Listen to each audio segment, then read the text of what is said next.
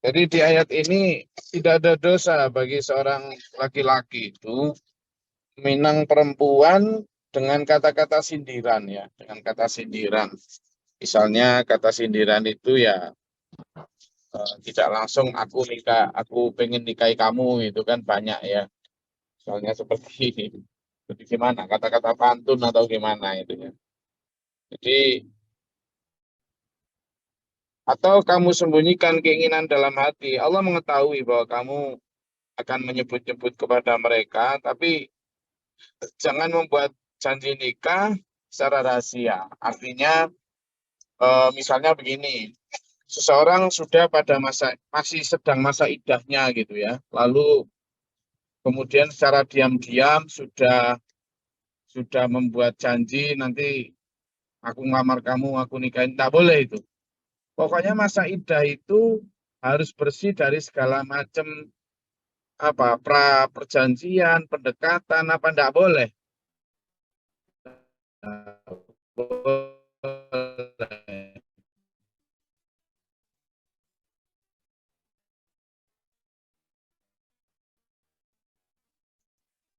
Ini yang disebut itu.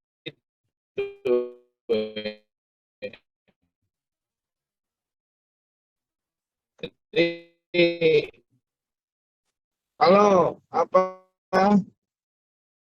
sindiran maupun apa itu ya setelah masa iddah gitu ya. Setelah masa iddah. Jadi walakin la tuwa'iduhunna dan jangan kamu membuat perjangan. Apa Quran aja dulu. Junahani fi ma'radu bi min khidbatin nisa au aqna'tum fi alim Allah annakum satadhkurunahu. Tapi sekali lagi wala tuwa'iduhunna dan perjanjian. Nah, di sini wala ta'zimu 'uqdatan nikah hatta yablughal kitab ajalahu. Hatta yablughal kitabu ajalahu. Artinya eh, artinya kemudian kita diminta untuk benar-benar menjaga ya proses masa idah itu agar benar-benar bersih dari segala macam intervensi, segala macam fitnah dan seterusnya. Sehingga boleh misalnya menyindir, tapi nanti setelah masa idah selesai. Nah, kadang kan memang misalnya menyindir itu kayaknya ada deh yang cocok sebagai ibu dari anak-anakku. Saya sanggup deh menjadi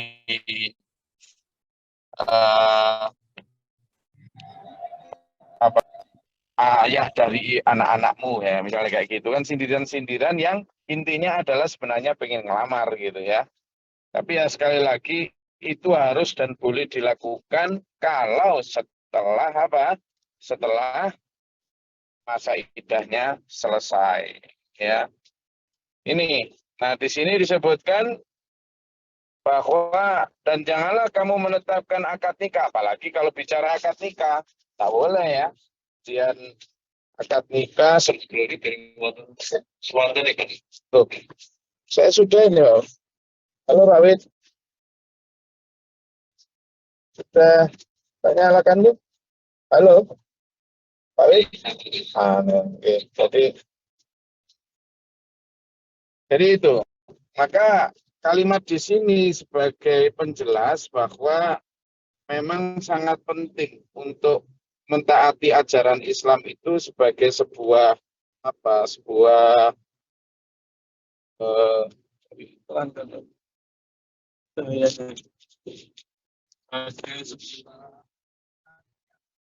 baik pasti menjadi aturan yang benar-benar menyelamatkan gitu ya. Termasuk di sini ini di dalam hal bagaimana melamar.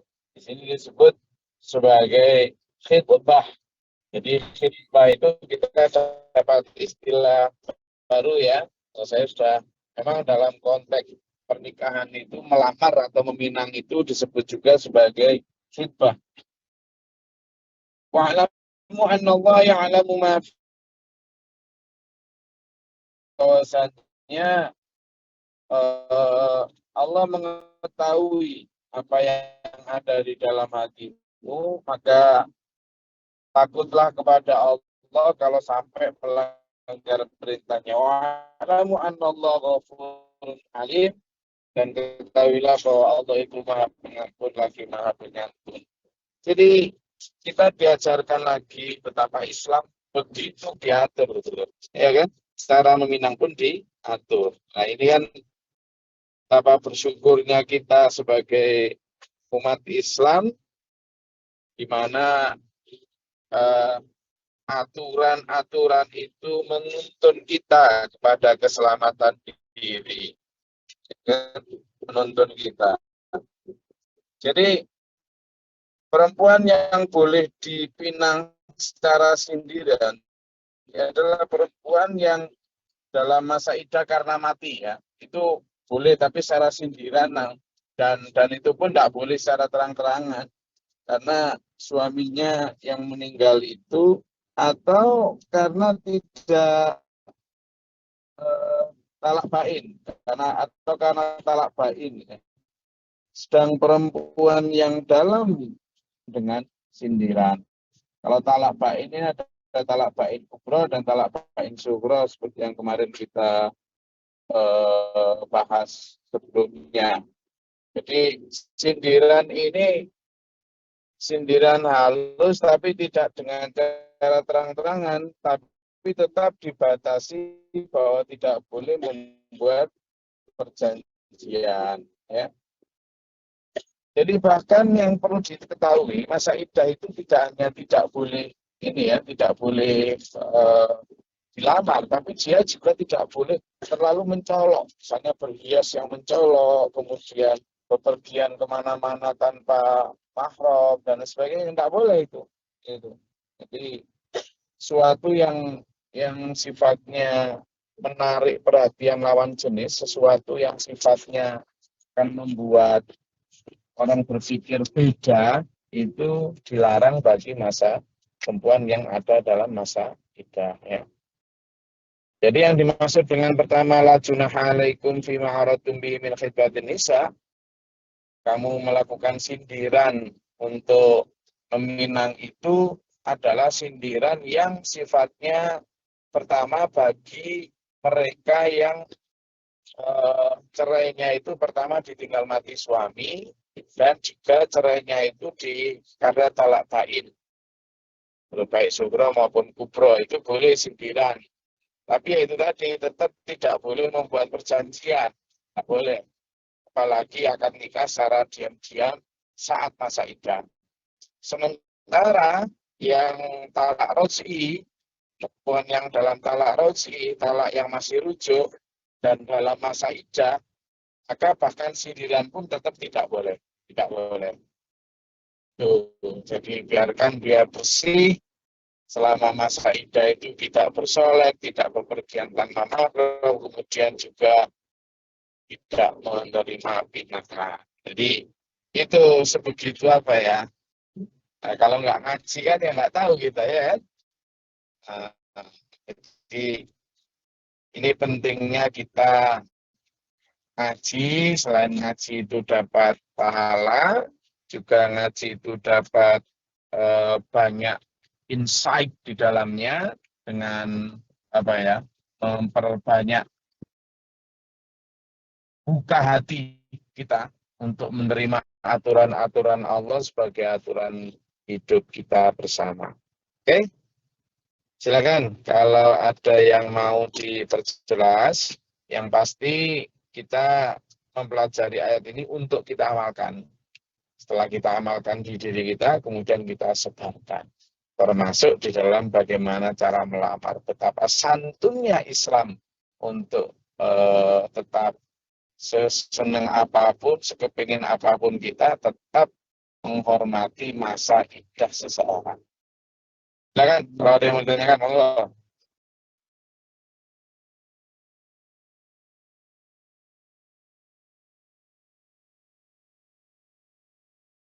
Oh, silakan.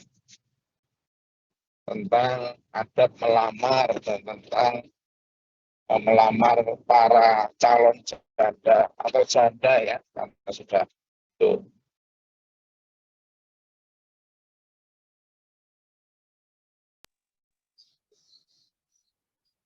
Mau menanya ini, Gus. Ya, Halo, Pak Lektur Assalamualaikum. mau melamar janda? Maaf, nanya gimana? Ini Waalaikumsalam warahmatullahi wabarakatuh. ada, ada orang yang Silakan.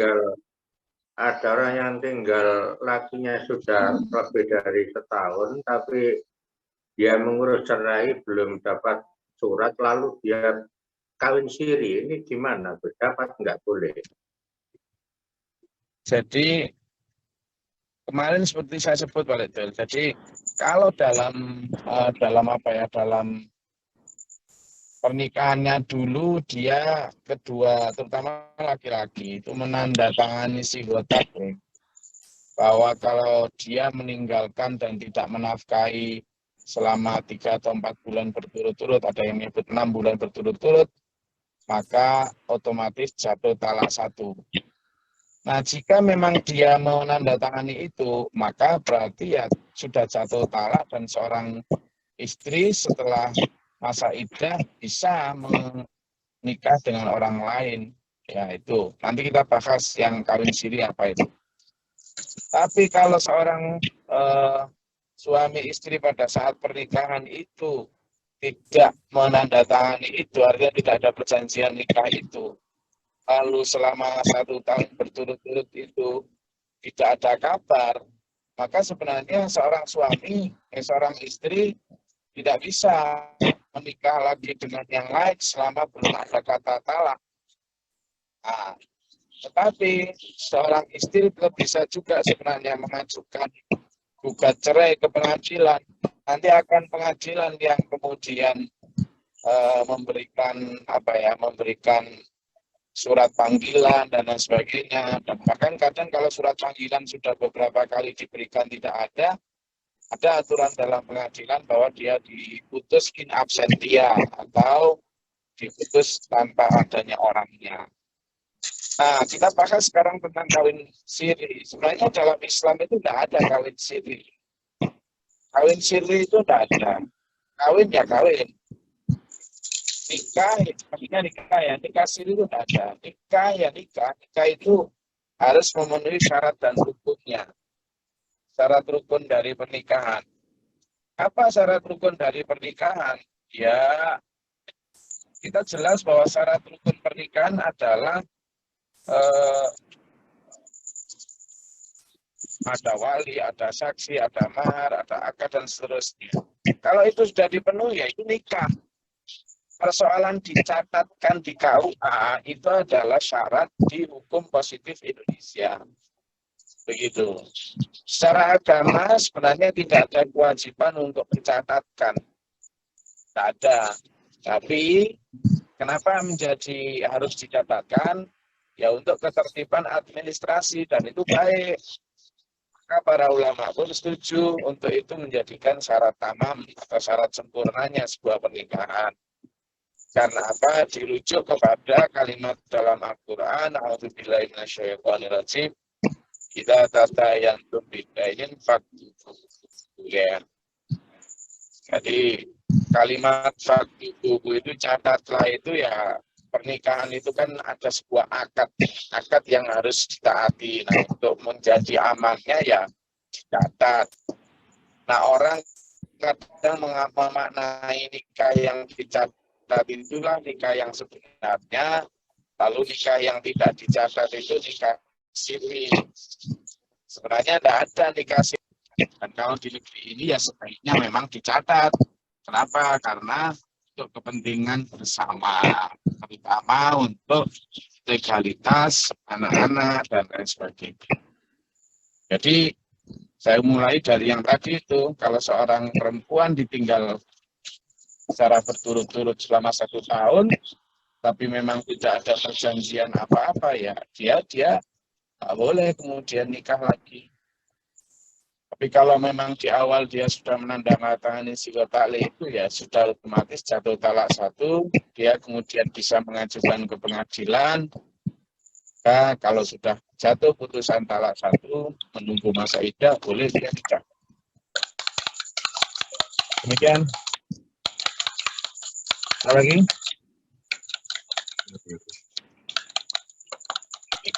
Silakan.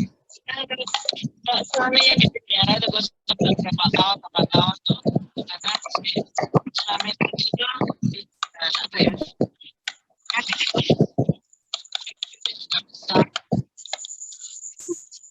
menuntut talak.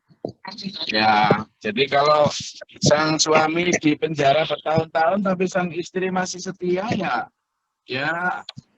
tidak usah nuntut talak.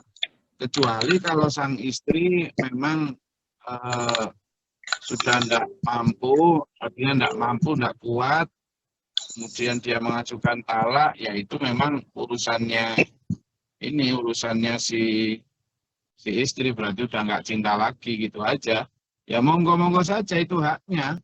Artinya nanti pengadilan yang akan mesti memutuskan apakah alasan gugatan cerainya itu benar-benar reasonable, masuk akal atau enggak. Itu nanti pengadilan hakim yang akan memutuskan. Tapi yang pas boleh atau enggak mengajukan, boleh-boleh saja, memang ada peluang untuk itu ya. Tapi semuanya tergantung kesetiaan, kasih cintanya dan sebagainya. Oke, ada lagi?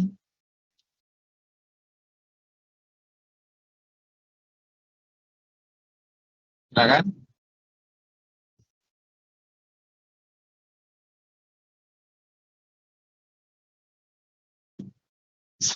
Saya ini dalam perjalanan menuju Denpasar, sehingga tadi mohon maaf kalau sinyalnya agak biarbet di mobil. Saya harus pakai pegang HP 2 ini karena 2 link. Insya Allah besok kita akan kembali ke link yang sama, Sabtu maksud saya ya. Besok libur, hari Jumat kita baca surat Al-Kahfi sama-sama.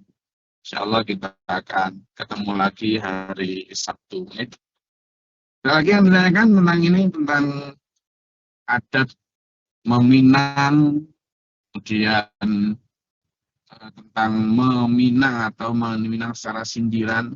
Ya? Masih kembali kepada nikah siri tadi, Gus. Ya kenapa? Kalau cerainya nikah siri itu apa yang didatangkan ya termasuk yang menikahkan siri tadi, Gus? Jadi sekali lagi tidak ada nikah siri, di dalam Islam itu tidak ada nikah siri. Nikah Nah, ya nikah. Kalau dia sendiri, memang sudah nikah, maka maksudnya gimana? Nah ini kawan kita, saudara kita sendiri sudah diperingatkan masih begitu ini 2 hari ini. Ya, saya tidak peduli apakah kawan kita ataukah tidak kawan kita. Yang pasti nikah itu kalau sudah dipenuhi syarat rukunnya, maka secara hukum Allah dia nikah, gitu ya. Dia nikah. Nah, kenapa dipanggil siri? Itu sebenarnya karena dianggap diam-diam. Diam-diam karena apa? Karena tidak dicatat di KUA.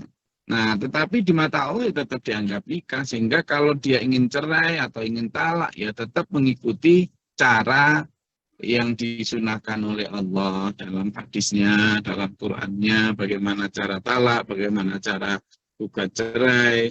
Nah, tetapi kalau dia sudah dicatatkan, ya mengikuti tambahan hukum dalam kompilasi hukum Islam atau Undang-Undang Pernikahan nomor 1 tahun 74 itu. Sehingga siapapun dia, saya tidak peduli apakah kawan kita atau tidak kawan kita, menikah itu ya menikah. Kalau memang dia sudah menikah, syarat rukunnya sudah dipenuhi, ya sah. Meskipun tidak dicatatkan, itu sah secara agama. Tapi itu di syaratnya harus dipenuhi. Baik syarat masa iddah, syarat rukunnya, ada wali, ada saksi, segala macam itu harus dipenuhi. Tidak boleh misalnya, oh ini siri kok, jadi tidak perlu saksi, tidak boleh. oh ini sirri kok, jadi tidak perlu wali, tidak boleh, itu tidak sah nikahnya. Kalau syarat rukunnya sudah dipenuhi, nah sah meskipun tidak dicatatkan. Nah, tetapi kalau kita di dalam koridor hukum Indonesia, ya menjadi sangat baik, bahkan disarankan betul, bahkan sebagian ulama mewajibkan dicatatkan itu, karena mengkiaskan pada wajibnya mencatatkan perjanjian jual beli, perjanjian hutang piutang dan sebagainya. Dan karena akad nikah itu jauh lebih besar dari itu, maka akan lebih baik kalau dicatatkan. Nah, yang dicatatkan lain yang dianggap tidak sirri. Jadi sebenarnya sirri itu kalimat yang baru diadakan di masa Rasulullah, tidak ada kan nikah siri atau nikah tidak siri. Semuanya yang nikah siri kalau memang di zaman Rasul memang nggak ada yang dicatatkan. Semua orang tahu mafhum. Itulah kenapa pentingnya setelah nikah kita umumkan. Setelah nikah itu kita umumkan. Makanya Alinu, umumkanlah pernikahanmu dengan cara apa? Maka buatlah walimahan, mengundang sanak kerabat, tetangga kanan kiri untuk ya saya menikah dengan ini, tolong disaksikan supaya tidak timbul fitnah. Itulah sebenarnya dasar dari kita mengadakan pesta nikah. Ya sesederhana itu sebenarnya untuk mengumumkan bahwa saya nikah sama si A, si B, semua orang tahu. Itu gitu. Nah, kalau yang siri yang itu kan akhirnya diem-diem, ayo nikah di dalam gua atau di bawah kolong jembatan, nggak kelihatan orang. Ya itu namanya nggak nikah. Ya. Nikah itu ya memang untuk diumumkan. Untuk diumumkan dengan memenuhi syarat rukunnya. Ya, itu bisa dipahami oleh semuanya. Saya rasa itu kajian kita pada pagi hari ini, dan insya Allah kita akan lanjutkan pada esok pagi Sabtu, karena hari kita libur. Insya Allah nanti yang belum jelas hari ini kita perjelas lagi di ayat-ayat selanjutnya. Semoga Allah merahmati kita dalam surat Al-Mustaqim. Amin. Kami tetap optimis, semangat mencari ridha Allah dunia maupun di akhirat. Allahumma shalli wa sallim ala sayyidina Allahumma fi lil mu'minin la tansus. Allahumma hdina fi man hadayta wa afina fi man afayta wa lana fi man wa barik lana fi ma atayta wa qina syarra ma qadayta fa innaka astaghfiruka wa atubu ilaika. Allahumma tafa'al bala wa hastina